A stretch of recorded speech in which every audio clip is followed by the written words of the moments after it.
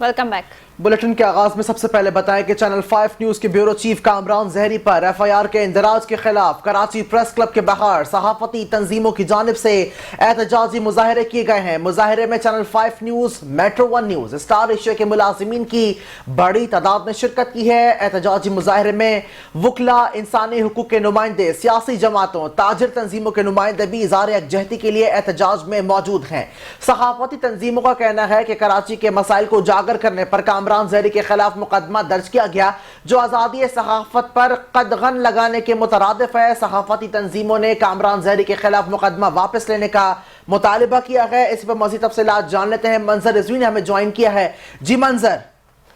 जी बिल्कुल, अब से कुछ देर पहले ये मुजाहरा हुआ था जिसमें जो है चैनल 5 समेत जो है मुख्तलिफ प्रेस क्लब और सियासी मजहबी नुमाइंदों ने जो है शिरकत की थी और उनका ये तमाम लोगों का ये कहना था ये झूठी एफआईआर जो है जो कामरान जहरी ब्यूरो चीफ चैनल 5 की काटी गई है, इसको फौरी तौर पर खत्म किया जाए। आजादी है सहाफत पर कदगन लगाने से कोई मसाइल हल नहीं होंगे।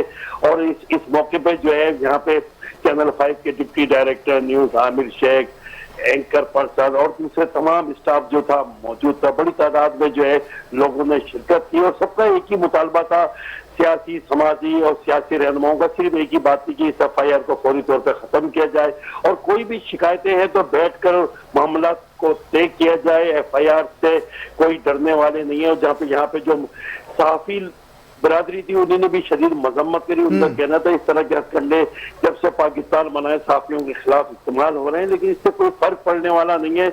हम अपनी जिद्दोजहद जारी रखेंगे। जी।